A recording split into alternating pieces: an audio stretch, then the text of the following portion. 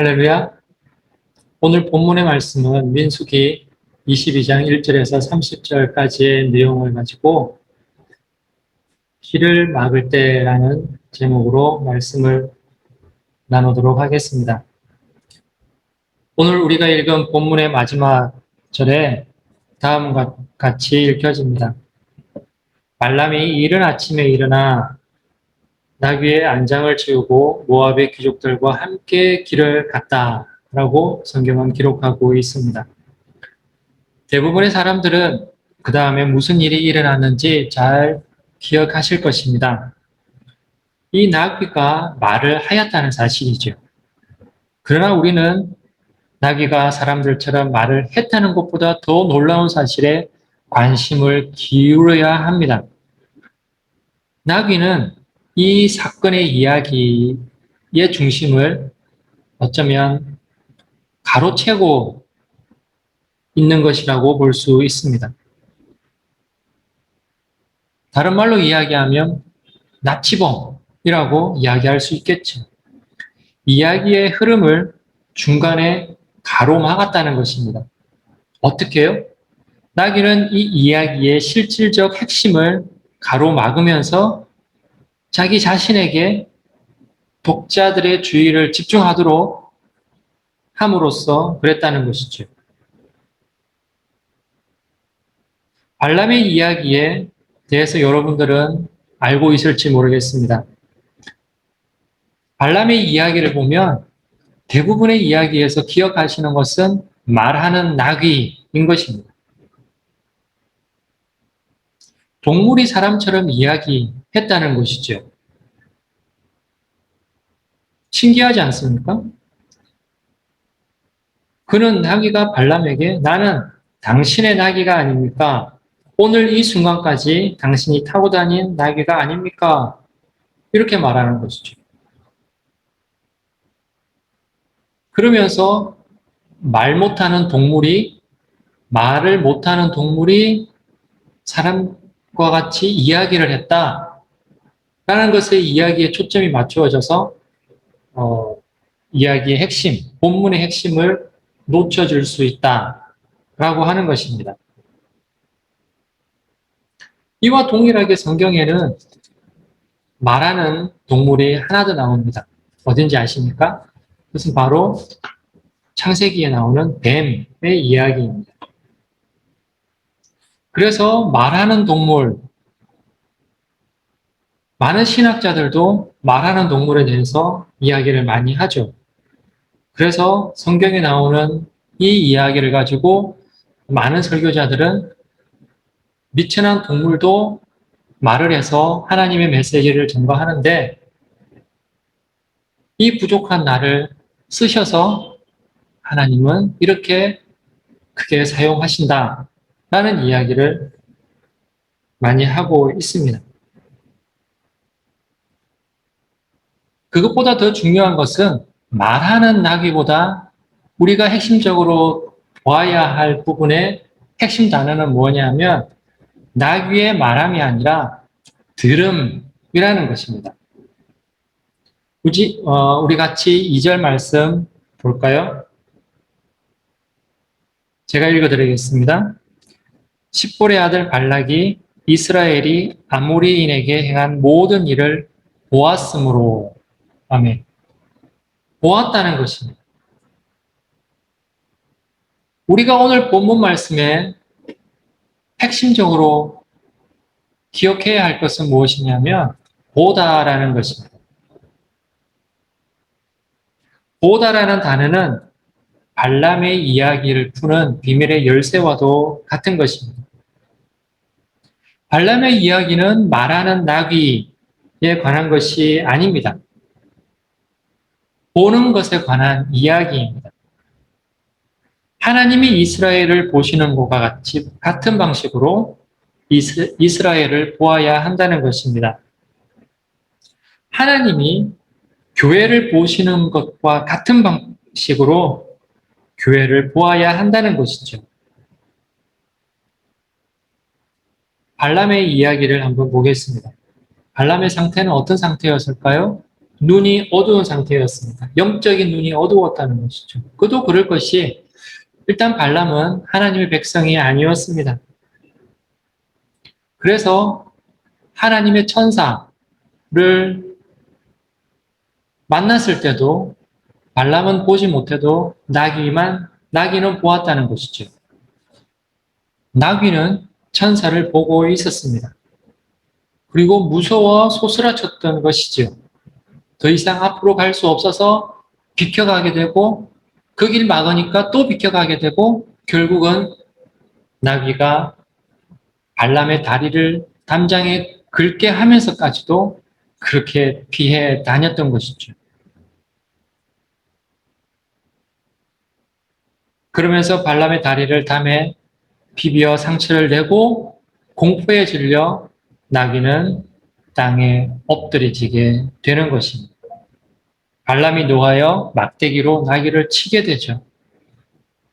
그때 여호와께서 나귀의 입을 열었습니다. 나귀가 말하죠. 당신의 길동무에게 이렇게 행동하는 것은 결코 좋은 일이 아닙니다. 내가 무슨 짓을 했기에 나에게 이렇게 대하십니까? 내가 왜 매를 맞아야 되죠? 발람이 대답합니다. 너는 나를 모욕했어. 나를 창피하게 만들었단 말이야. 내게 칼이 있더라면 너는 이미 죽었어. 나귀가 다시 말하지요. 보십시오. 내가 주인을 태우고 다닌 지가 얼마나 긴 세월인데 지금까지 한 번이라도 내가 당신에게 이런 행동을 한 적이 있습니까? 발람이 다시 말을 하죠. 그래, 네 말이 맞아. 내가 그렇게 행동한 일이 없었지. 나귀는 여호와의 천사를 보고 있습니다.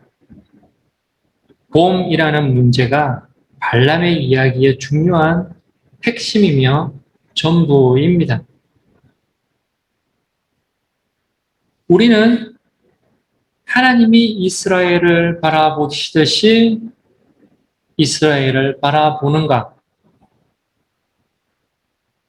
우리는 하나님의 교회를 바라보듯이 우리가 교회를 바라보고 있는가? 우리는 하나님이 우리의 자녀들을 바라보듯이 우리가 자녀들을 그렇게 바라보고 있는가? 라는 것이죠. 이것이 이 이야기가 묻고 있는 질문입니다. 이 질문이야말로 그리스도인들이 반복적으로 물어야 하는 질문이기도 합니다. 본문에 대한 이해를 돕기 위해 그 당시 이스라엘이 직면하게 되었던 상황을 잠깐 말씀드리도록 하겠습니다. 이스라엘 백성들이 이제 막 약속의 땅으로 들어가려고 합니다. 그들은 모압의 왕 발락이 다스리고 있던 사해의 북쪽 지역에서 진을 치고 있었습니다. 발락은 이스라엘의 그 진치고 있는 모습에 대해서 몹시 불안을 느끼고 넋을 잃은 상태였지요. 그래서 발락은 이 무리를 어떻게 할까 고민을 하게 됩니다. 발락이 어떤 심정을 가지고 있느냐 하면 4절 말씀에 미디안 장로들에게 이르되 이제 이 무리가 소가 밭에 풀을 뜯어 먹음같이 우리 사방에 있는 것을 다 뜯어 먹으리로다. 이런 마음이었던 것이죠. 고민이 쌓였겠죠. 어떻게 이스라엘 백성들을 쫓아낼까? 우리의 군대는 강하지 못한데 어떡하지? 해결할 수 있는 방법이 없을까? 이스라엘을 향한 모든 악령들을 동원해서 이스라엘 백성들을 무찔러야 돼. 내가 탁월한 점술가 마법의 귀재를 고용해야겠어. 그가 이스라엘을 향하여 저주의 신탁을 내려야겠어. 그 사람이 누굽니까? 발람입니다. 발람. 이렇게 해서 발락은 당대 최고의 마법사 발람을 부르기로 했습니다. 많은 사람들을 보내지요. 그래서 신하들을 보내어서 발람에게 가게 합니다. 저 백성들을 위해 저주를 내려주십시오. 내가 감당하기에 그들의 숫자는 너무 많습니다. 이 당시 어떤 민족에게 저주를 한다는 것은 입에 담기 어려운 저주와 욕설을 내뱉는 것만 의미하는 것이 아닙니다. 그 이상인 것이죠. 사람을 저주한다는 것은 마치 귀신들과 모든 악령들을 다 불러서 아니면 지옥에 있는 그 귀신들까지도 다 불러서 그 영으로 그 대상을 저주하는 그런 의미인 것이죠.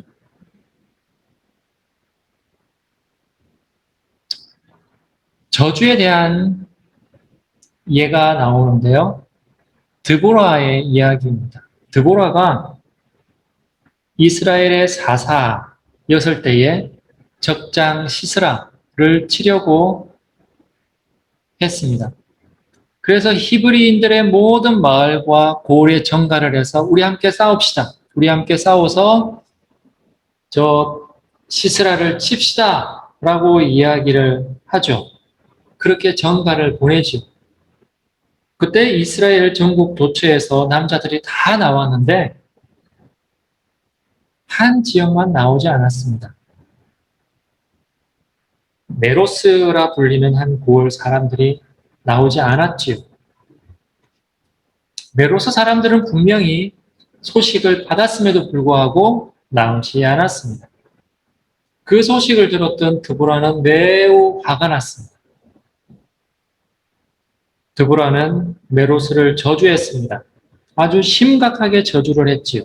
사사기 5장 23절에 보면 메로스를 저주하라.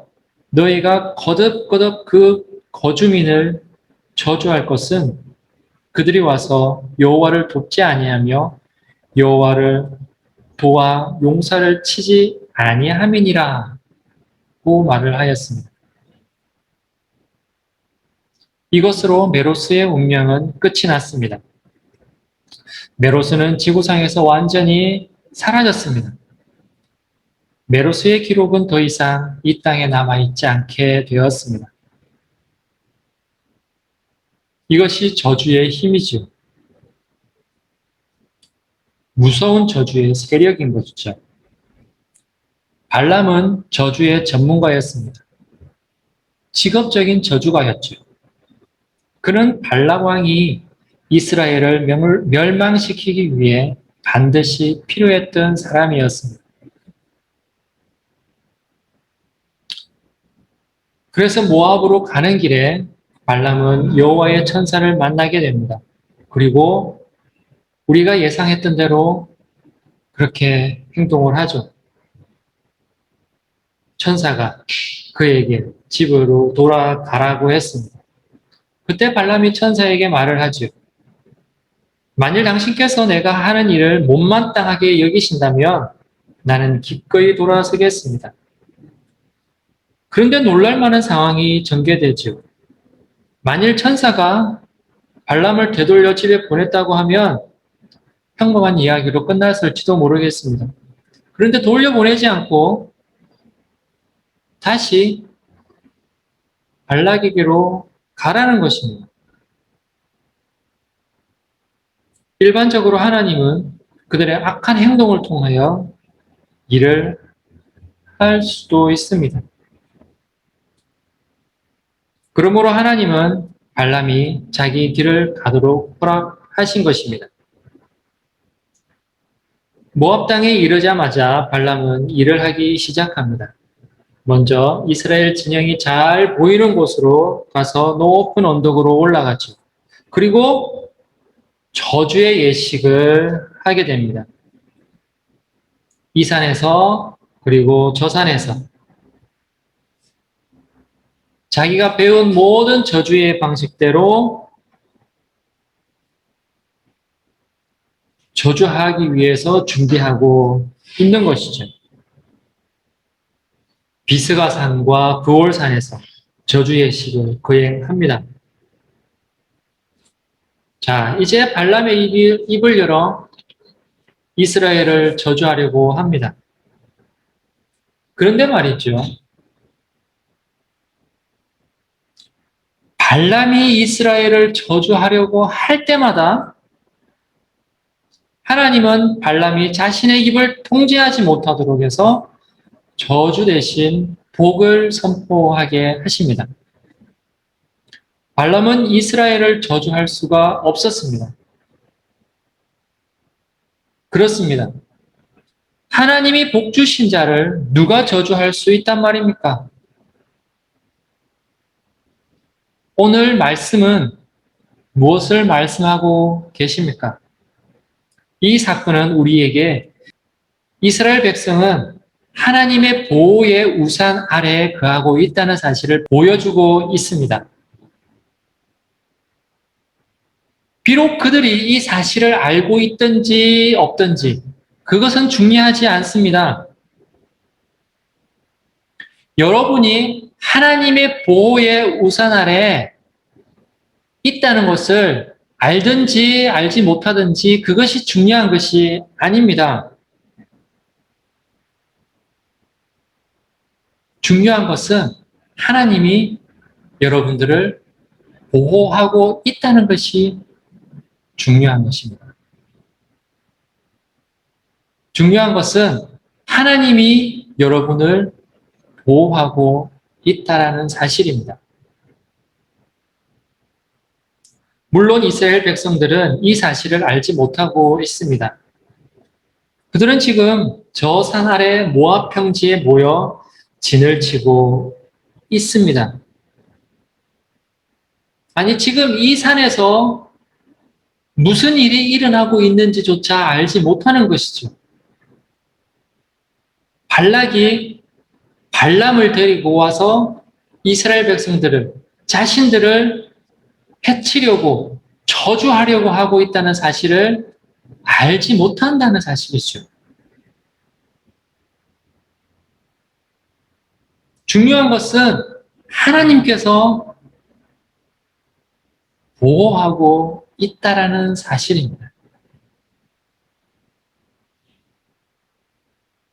이스라엘 백성들은 이렇게 생각하겠죠. 오늘도 역시 무미건조한 하루야. 오늘도 무덥고 지루한 광야의 한 날이야. 그렇게 생각하는 것이죠.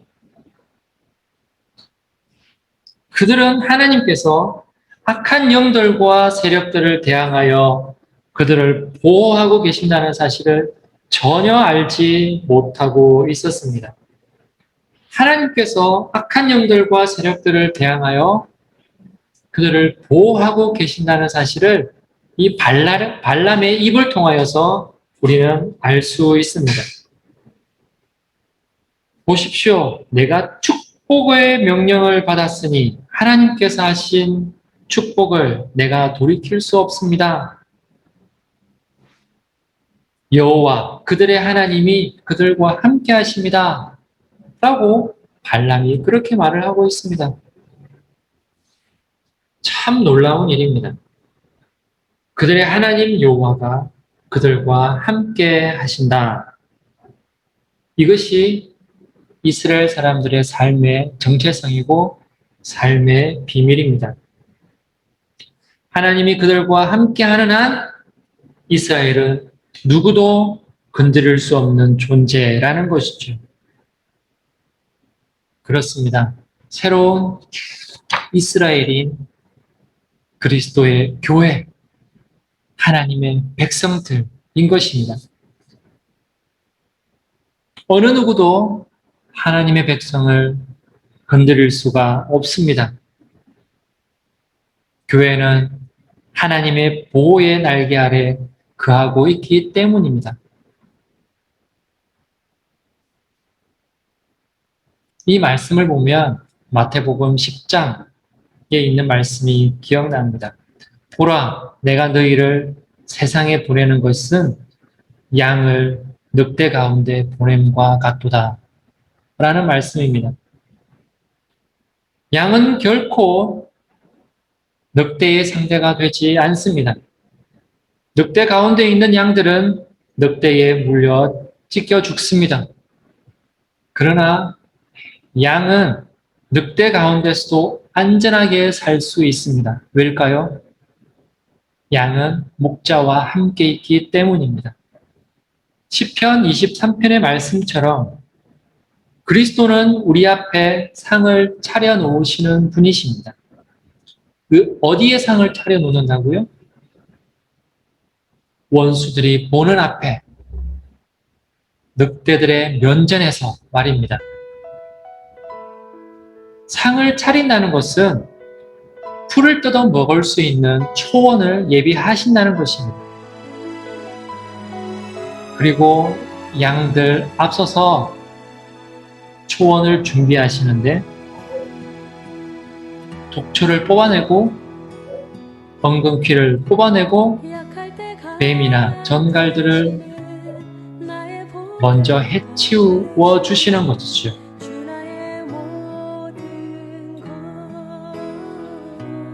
발람은 이스라엘을 저주하러 왔습니다. 그러나 축복하게 됩니다. 그렇습니다. 이스라엘은 광야에 뜨거운 태양이 내리치는 사막 한가운데 있었지만 실제로 그들은 낙원에 있었습니다. 여러분은 이 사실을 보고 계십니까? 우리의 삶의 현 주소는 척박한 광야, 비우호적이고 적대적인 세상으로 가득 차 있습니다. 황야 같은 곳에 우리는 내놓여져 있습니다. 그러나 하나님의 임재로 인하여 낙원이라는 사실을 기억하시기 바랍니다. 우리의 현실은 어둡고 힘들고 내일이 없는 것처럼 보인다 하더라도 하나님이 저와 여러분 속에 함께 계신다는 것을 믿는다면 그것은 분명 광야가 아니라 낙원일 것입니다. 발람은 저주하러 왔습니다. 그러나 저주가 아니라 축복이었습니다.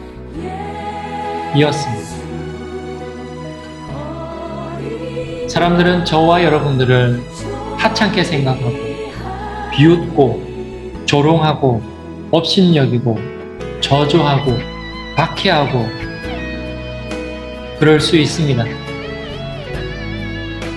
그러나 그럴 때마다 하나님께서는 모압 평지에서 이스라엘을 보호하셨던 것처럼 저와 여러분을 보호해 주실 것입니다. 이제 말씀을 정리하겠습니다. 교회는 재앙의 문턱에 서 있어. 교회는 이제 망할 거야. 교회 다니는 사람은 창피함을 느끼고 교회 다니는 것을 부끄러워할 거야 라고 생각하는 사람도 있을 것입니다. 그러나 그렇지 않습니다. 때때로 우리는 교회가 무너져 내릴 것 같은 그런 현상이 보인다 할지라도 우리 개인이 많은 어려운 여건으로 말미암아 무너져 내릴 것 같은 상황이 있다 할지라도 우리가 영적인 눈을 떠서 조금 더 멀리 보고 조금 더 깊이 보고 현상을 보는 것이 아니라 하나님이 저와 여러분들을 위한 놀라운 계획을 생각하고 그것을 믿고 의지한다면 지금 우리가 살고 있는 이 세계는 광야가 아닌 낙원이 될 줄로 믿습니다. 우리에게 길을 막는다면 그것은 하나님의 뜻이 있을 것입니다. 하나님의 뜻을 생각하고 좀 더 기도하고 좀 더 하나님께 무릎을 꿇는 그런 여러분들의 삶이 되시기를 주님의 이름으로 축복합니다.